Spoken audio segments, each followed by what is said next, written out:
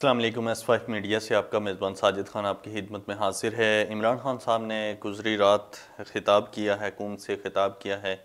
عمران خان صاحب کی ایک بات ہے، جتنے بھی پولیٹیکل لیڈر ہیں پاکستان میں، جتنی بھی سیاسی پارٹیاں ہیں ان کے لیڈرز ہیں، تو انہوں نے کبھی بھی اس طرح کی پولیٹکس نہیں کی ہے۔ آپ پوری ہسٹری دیکھ لیں پاکستان کی، تو کبھی بھی ایسی سیاست نہیں کی گئی ہے جیسے عمران خان سیاست کر رہا ہے۔ عمران خان کا ذہن بہت تیز ہے اور ذہین شخص ہے، اس میں کوئی شک نہیں ہے، اور یہ سارے لوگ مانتے ہیں، جتنے بھی ان کے مخالف ہیں تو وہ بھی اس چیز کو مانتے ہیں کہ عمران خان صاحب جو بہت ذہین انسان ہے۔ عمران خان صاحب ہر روز قوم سے خطاب کرتے ہیں، ہر روز ایک دن کی جتنی بھی باتیں ہوتی ہیں تو وہ اپنی قوم کو بتاتے ہیں۔ پاکستانی جتنے بھی لوگ ہیں، اوورسیز ہیں، پاکستان کے اندر جو رہتے ہیں، تو وہ کنیکٹڈ ہیں عمران خان صاحب سے۔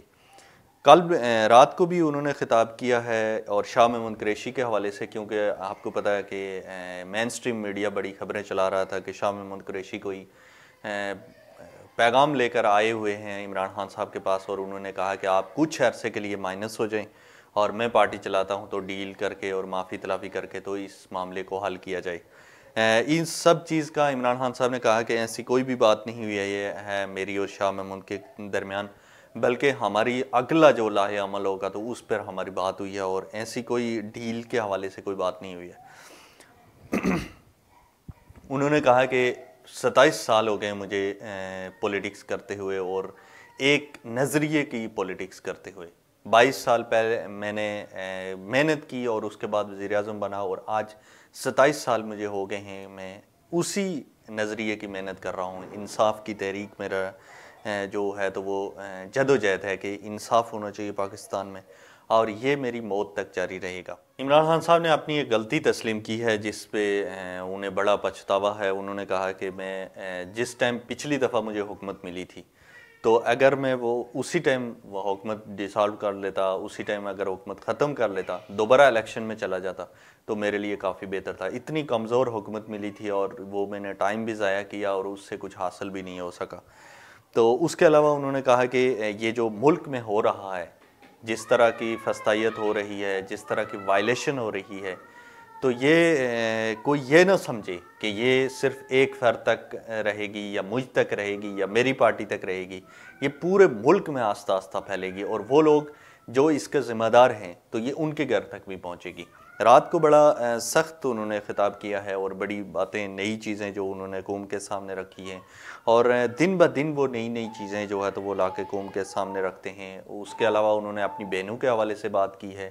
کہ یہ لوگ مجھے کہہ رہے ہیں کہ آپ ملک چھوڑ کر چلے جائیں، میں اپنی بہنیں جو ان کے اوپر تشدد کیا جا رہا ہے، میں ان کو کہہ رہا ہوں کہ آپ ملک چھوڑ کر کچھ عرصے کے لیے باہر چلی جائیں، تو وہ نہیں جا رہی ہیں۔ تو آپ ایک عورت کا حوصلہ نہیں توڑ سکتے تو آپ میرا حوصلہ کیسے توڑیں گے؟ پھر اپنے بہن کے حوالے سے بات کیا کہ اس کو بھی ایک کیس میں پھنسا دیا، اس کے جو ہسبینڈ وہ نہیں ملے تو اس کے بیٹے کو اٹھا کر اس کے خانسامہ کو اٹھا کر لے گئے، اور اس پر اتنا تشدد کیا کہ آج 20 دن سے وہ ICU میں ہے۔ تو اس طرح کا یہ فسطائیت اور تشدد کر رہے ہیں، اور اس طرح کی یہ انتقامی کارروائیاں کر رہے ہیں، لیکن ان سب چیزوں سے میرے حوصلے نہیں ٹوٹ سکتے اور مجھے کچھ فرق نہیں پڑے گا۔ یہ عمران خان صاحب نے رات کو قوم سے خطاب کرتے ہوئے کہا ہے۔ ریاض خان کا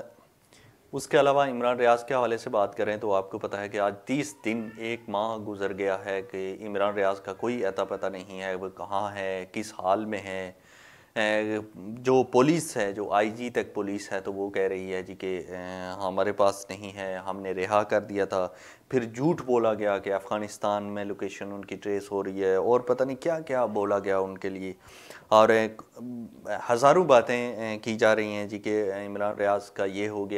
گیا، مطلب جیل سے جان بوجھ کے، جیل میں تو خیر نہیں ہے، ان کو کہیں اور شفٹ کیا گیا اور غائب کر کے رکھا ہوا ہے کہ کسی طرح سے وہ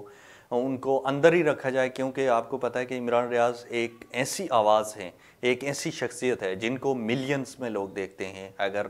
آپ 24 گھنٹے کے اندر اگر ان کا حساب لگایا جائے تو کم از کم 15 سے 20 ملین ان کے ویوز ہوتے ہیں یوٹیوب اور فیس بک پر، اتنے زیادہ لوگ ان کو دیکھتے اور فالو کرتے ہیں، تو ان کی بات ایک پوائنٹ رکھتی ہے ان کی،